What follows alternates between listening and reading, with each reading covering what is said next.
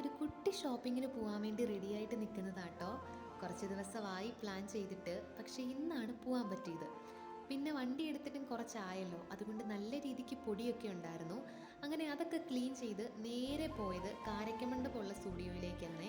ഞാൻ താമസിക്കുന്നിടത്തുനിന്ന് അധികം ദൂരമില്ല. ഇത്തവണ ചെന്നപ്പോൾ തന്നെ എനിക്ക് ഒരുപാട് സമ്മർ കളക്ഷൻസ് ഒക്കെ വന്ന പോലെ ഫീൽ ചെയ്തു. ഇവിടെ വന്ന് ഡ്രസ്സ് എടുത്തില്ലെങ്കിൽ ഒരു സമാധാനക്കേടാ.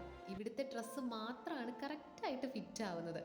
ഇത്തവണ എന്താണെങ്കിലും എനിക്ക് വേണ്ട സാധനങ്ങൾ ഒരുപാട് സമയമെടുക്കാതെ തന്നെ തപ്പിയെടുക്കാൻ പറ്റി.